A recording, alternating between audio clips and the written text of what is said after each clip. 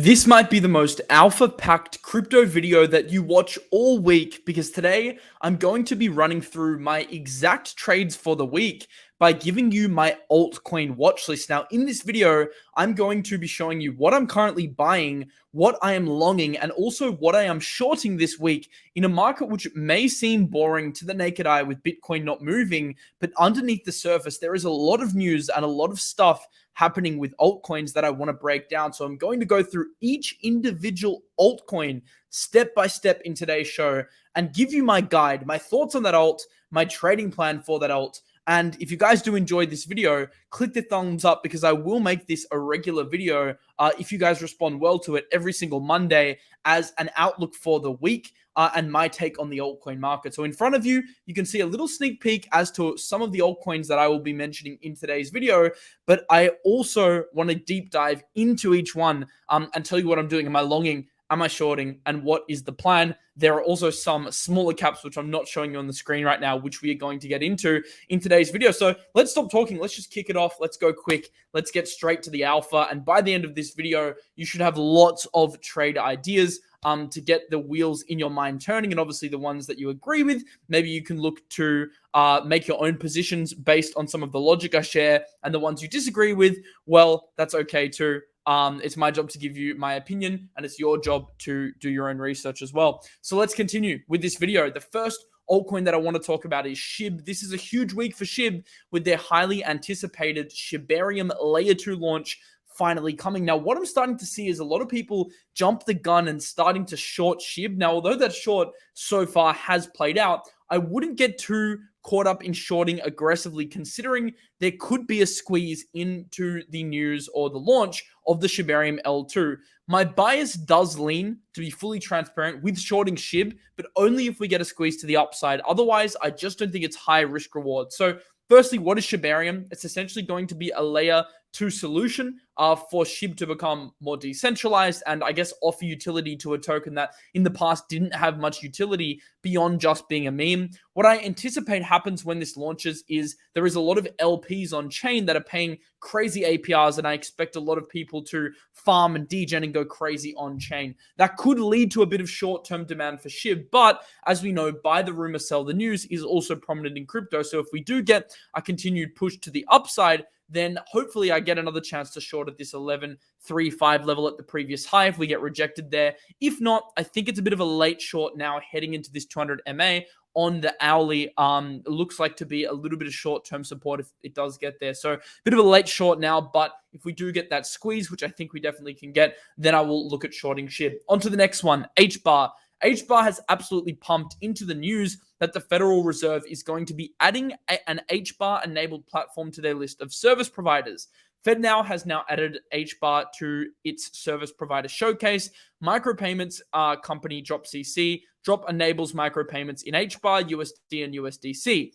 What does this mean? It means that banks in the US that are looking for micropayment services can now use Hedera technology. So FedNow is obviously a payment service. This will allow banks to essentially transact in HBAR. Sounds bullish for the token, right? Well, yeah, in a way, but if we zoom out and actually look at the performance of the HBAR token, it's been quite poor, and pretty much every rally to this date has been faded. Like every single time we've seen it pop up. Last December, it's been faded. February, faded. March, faded. Even if we want to zoom in this year and actually show you something you can see, because it's just been down only. Faded in August last year, faded in February this year. Like every pump ends up being faded. Now, what does this mean? Well, I do believe that I want to fade this again. The problem is we just don't know how high it will go in the short term before we get a good look at a short. So what I would do is I would start planning for the short, or at least this is what I'm doing, because I believe HBAR will continue to exhibit relative weakness versus Bitcoin, because that's what it's shown in recent times. Once we start to see a reversal, so that is the breakdown of price action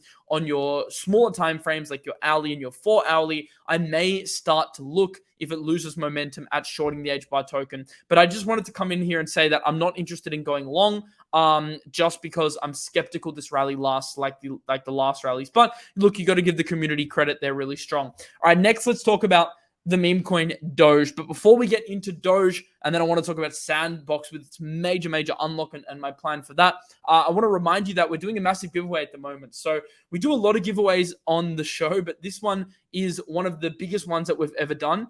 because we're going to be giving away 1 Ethereum every single week. So not just once, every single week, a new person is going to win 1 Ethereum. So what can you do to win an ETH, which is valued around $1,800? By the way, I'm going to be giving it away on my show this Thursday or Friday. So if you're tuning in, you could potentially win this Ethereum. You have a few more days, though, to register. Now, how can you register for this giveaway? It's very, very simple. All you need to do is go into SmarDex using the link in the description and provide a minimum of $50 in liquidity to any of their liquidity pools across Arbitrum, Polygon, and BNB. What does this mean? Well, basically, you take your tokens. That could be an ARB USD CLP. That could be an SDEX, which is their native token USD CLP. Or if it's on the BNB Smart Chain, it could be USD BNB. Whatever tokens that you hold, you can LP them in their liquidity pools, stake them for crazy rewards. So not only will you be getting from 30 to 100% or even higher in terms of an APR, so that's passive income that you earn from staking, you're also putting yourself in the running to win 1 ETH. Now, the ETH airdrop will be reserved for people that do a minimum of $50 on any of the non-Ethereum networks. So that's once again Polygon, Arbitrum, or BNB. So yeah, you can stake on their platform, take advantage of their lucrative rewards, and then also potentially get yourself 1 Ethereum this week. So you got a few days left for this week's giveaway. Of course, once you deposit liquidity, head over to the second link in the description and then enter in your wallet so the team actually knows you've entered. Then we can put you into the random selector for the giveaway. Otherwise, if you just deposit and don't put your wallet in, then we're not going to know that you entered, right? So in order to make sure you qualify for the giveaway, just put in your wallet and yeah, provide liquidity using the link in the description. It is a great DEX, probably offering some of the most competitive yields in crypto. So it's great for those that want to earn some passive income on their assets. Let's get into Doge though. Now, what is my plan with Doge? Well, I still think because of all this SHIB hype, we do maybe see a little bit of a rotational play into Doge. I'm not getting too carried away, but structurally, especially on your daily time frame, it looks quite good. And I think there could be a catch-up bid if the market stays neutral to bullish. So I'm just watching here. Doge did bounce off its 200 MA. This could be a decent long this week if we start getting the right setup. So I'm not longing now. There are tokens in this video which I am longing now that I literally longed before this show because I'm so bullish on. I will get into those tokens in a second. But Doge, I'm not quite longing now. I'm just kind of waiting around to see what happens in terms of its reaction to this SHIB news. If SHIB does end up having that pullback, how does Doge react? But I will get into tokens that I actually am longing now in today's video in just a minute here. Sand. What am I doing with Sandbox? Well, there's a massive token unlock for Sand today, with 16% of its supply yet to be unlocked. That is about to be unlocked. At the time of your watching, the unlock's actually taking place. So most unlocks, however, usually in crypto are priced in. But even still, 16% overnight is a very significant number. So what I think will happen here is I don't think the unlock will cause a major dump, but because the number 16% is just so large, I expect a slow bleed in the medium term from Sand. So I think this unlock is an undeniable negative just considering market conditions. You can see here the vesting schedule does unlock that 16% level very, very soon. And if you go into its chart, it's basically been down only. So when all of these tokens unlock, do I expect a dump?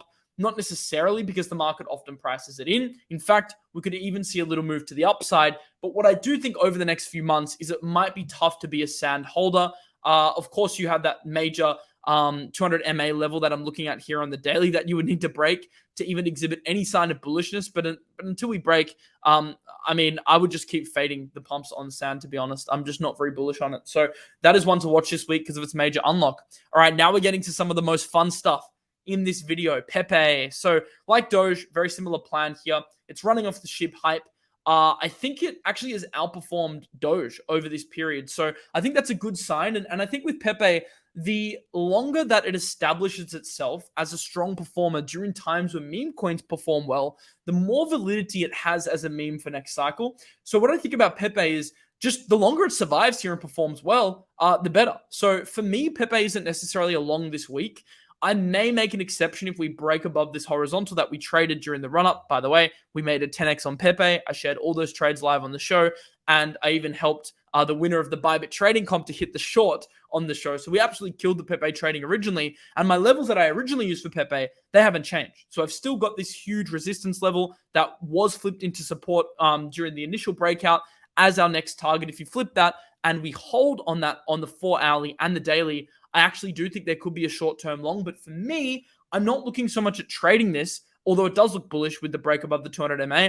I'm actually looking more as a spot accumulation for 𝗵𝗵𝗡. So for me, I am just really comfy buying spot, accumulating 𝗵𝗵𝗡 on dips for next cycle. I mean, my strategy there is very, very simple. So that's what I'm doing with 𝗵𝗵𝗡. All right, now for a token that I bought today. I told you there was a token I bought before the show. Don't worry, I'm not going to be selling anytime soon. I'm going to be continuing to accumulate, and that is Rollbit. So I did a show on Rollbit the other day. We ended up taking the show down for a couple of reasons, but let me just explain quickly the thesis behind that show if you didn't have a chance to catch it before we took the video down.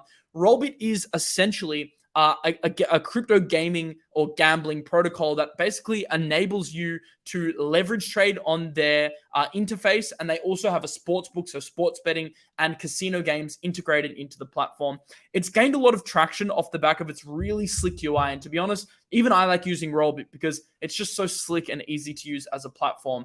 But what they did was something unprecedented. After months of just operating as pretty much a useless governance token, what they did is they added crazy utility through a buyback and burn function. So now what they're doing is they're taking, I think it's roughly 20, I get the numbers mixed up, but I think it's 20% of the sportsbook volume they're using to buy back and burn, 30% of the gambling volume using to buy back and burn, and 10% of the crypto futures volume. I may have gotten the 20 and the 30 mixed up, but basically they're doing it 10, 20, 30, where across their three major sectors, they are essentially buying back Rollbit tokens and burning them. So what you're going to see now is huge value accrual for the Rollbit token as it's being bought back and burnt. And if we look at their revenue, it's absolutely insane. $632,000 worth of daily revenue being generated on the platform in the last 24 hours, $142,000 worth of daily trading revenue, and $149,000 of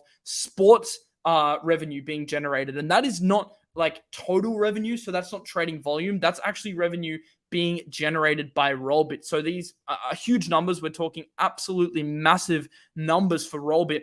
And because of that, that means more buybacks and more burns for the Rollbit token. And for that reason, I bought some Rollbit today on the dip. So I noticed our Rollbit was dipping in price, and I decided to take advantage around the 16-cent level. I would love to buy in lower. I would love 12 to 14 cents. I know Rand got it even earlier on the show at like 7 to 8 cents. I faded some of the initial pumps. I started buying in a little bit later, and I accumulated some more today. So Rollbit is one that I'm accumulating. Why do I think dips are for buying? Well, because typically with a token like this that has so much hyper momentum behind it, dips for me personally are for buying, especially with GambleFi establishing itself as a narrative. And I think the market's heading towards these revenue generating opportunities like Rollbit as kind of a new narrative. And that's why I think Rollbit remains a pretty strong one. And just some basic maths in front of you. Coinbase, a $20 billion crypto business doing 𝗕𝗫𝗄𝗏 of revs at a 30% margin at run rate with no buybacks, company actually dumping equity constantly, versus Rollbit, a token at a fraction of the cost, $750 million market cap, doing 600 million revs annualized at twice the margin and burning tokens with the cash flow. So if you annualize the average of Rollbit's revenue, they're making around 600 million a year. Absolutely crazy. And I mean, there's many models on Twitter that you can look at for the mathematical impact, but basically it ends up coming out as a pretty substantial return if they can maintain profitability over the long term. Now, I want to caveat it by saying things are a little bit dodgy. We don't know, there's not full transparency of numbers. The team's not doxed. It is the gambling space. It's a little bit sketchy, but it's a bet I'm taking. So just be aware there's an element of risk here. This isn't like buying into Ethereum. This is risky stuff. And of course, this video is not financial advice, but I want to be on the Rollbit train. So I'm gonna stay on the train here, and I'm not getting off at the next station.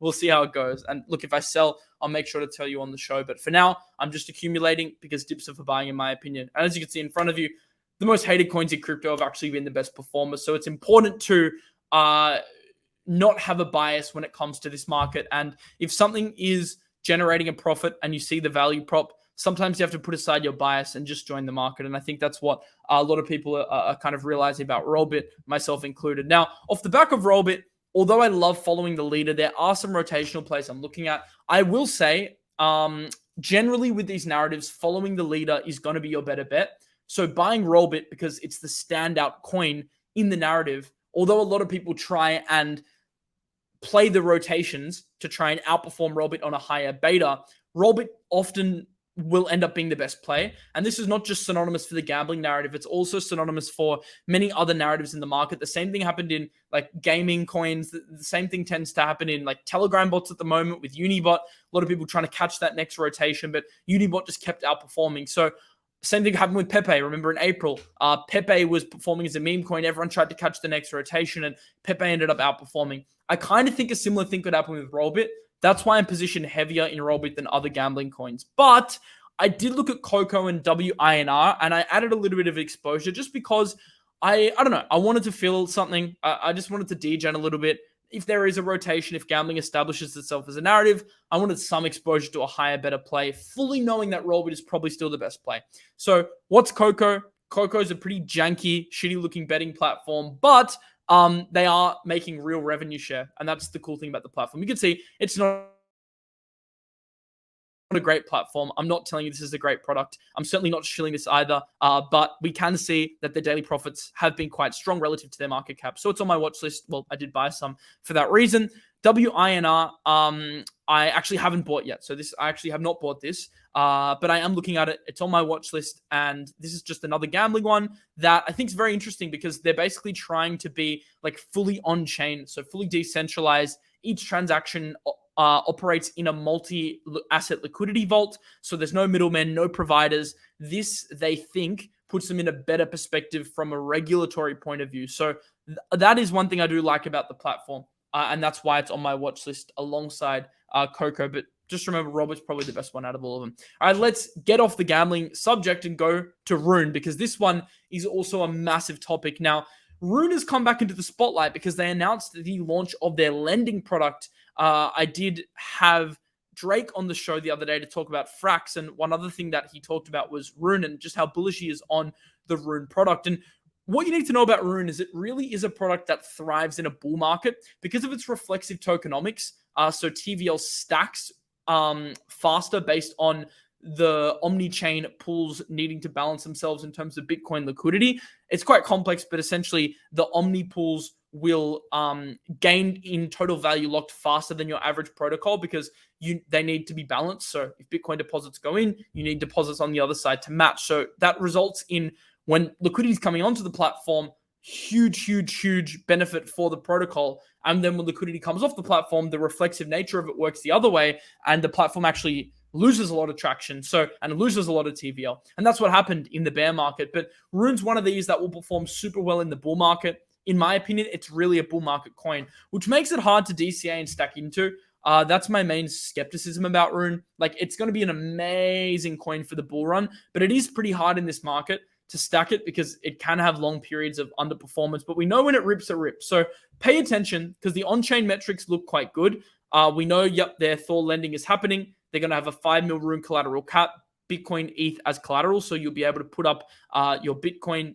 Like, we know ThorChain's known for its native asset swaps, but now you'll be able to lend against it with their lending markets, which is very cool. And they have a very interesting liquidation model. So you will essentially never get liquidated on your position. And I think that's a super interesting model that no one has really attempted in the market yet. So I'm interested to see if that pays it off for them.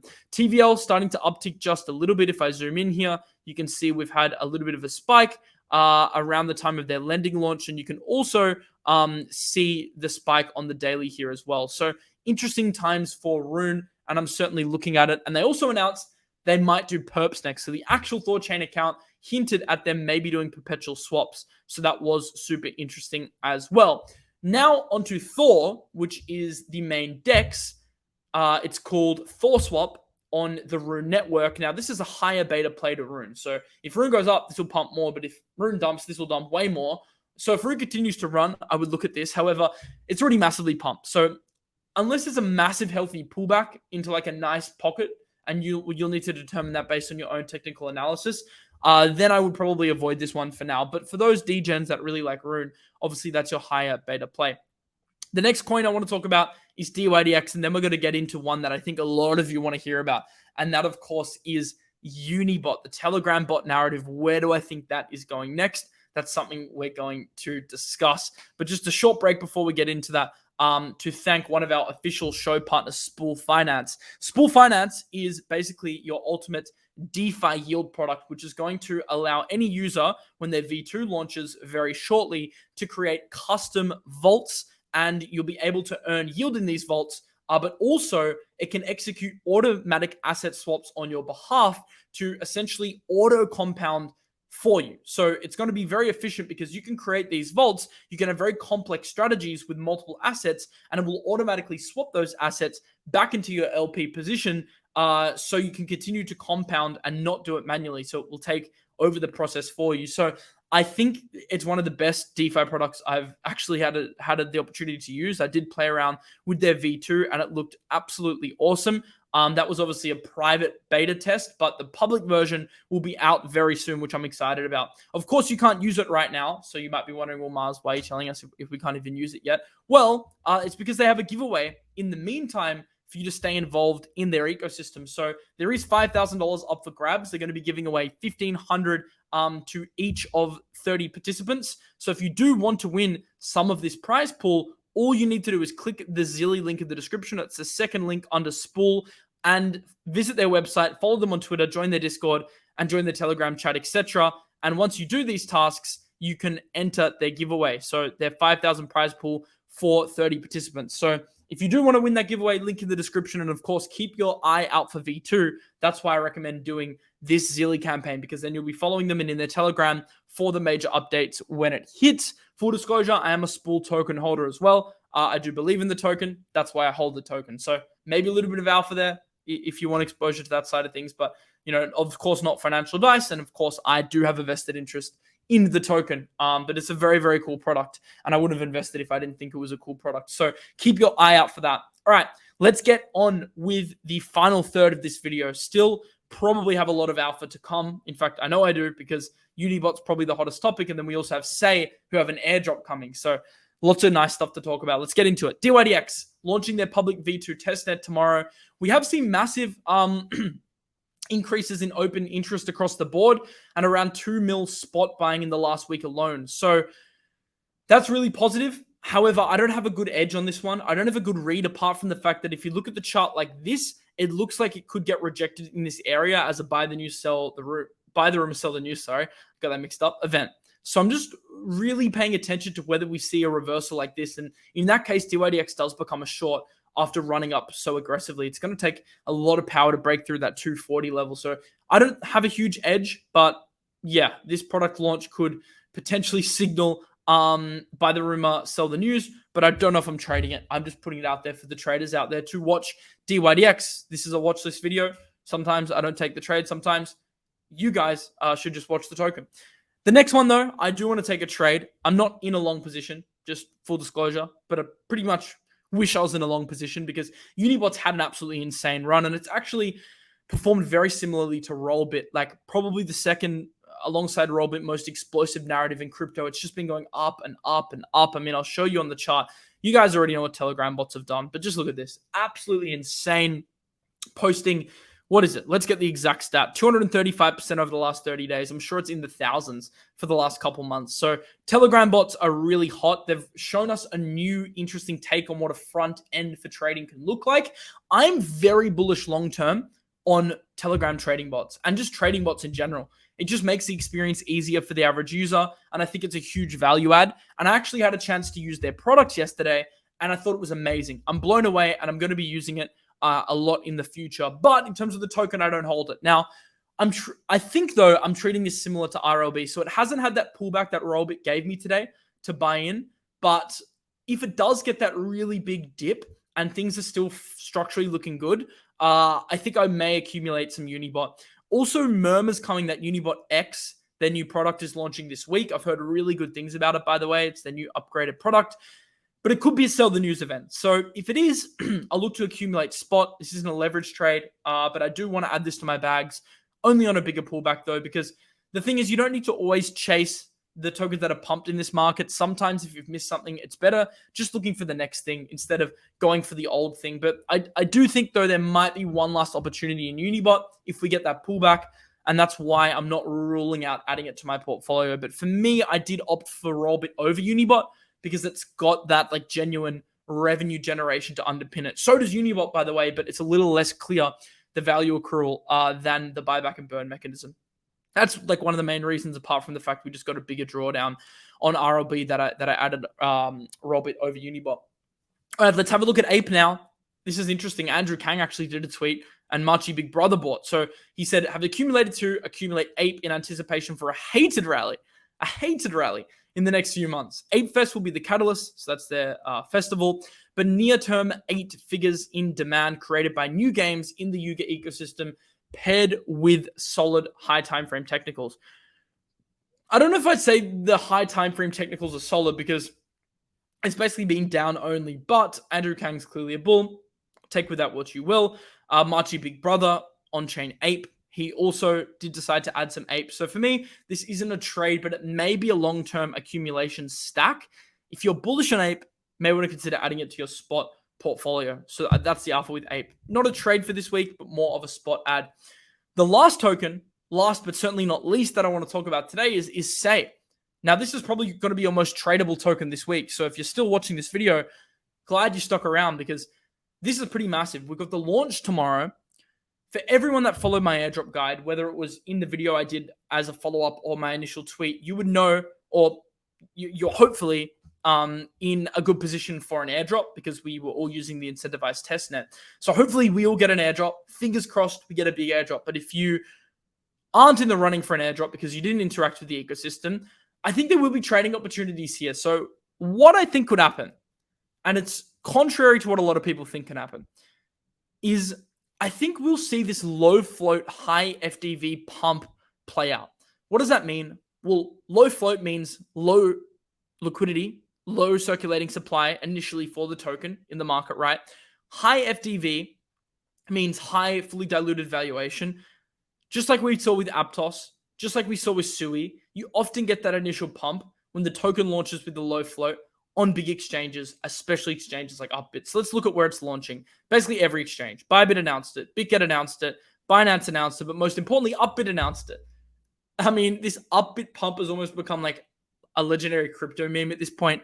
Like if you look at what happened to Aptos, it just absolutely exploded upon listing on Upbit. So if the Upbit whales get a hold of 𝗧𝗍, there could be a bit of upside in this first week. So I'm not going to be doing what everyone else I think is talking about doing, and that's fading it by shorting it if it's high FDV. Now, if it does come out to be high FDV, we also know that after that initial pump, there often isn't a great opportunity to short.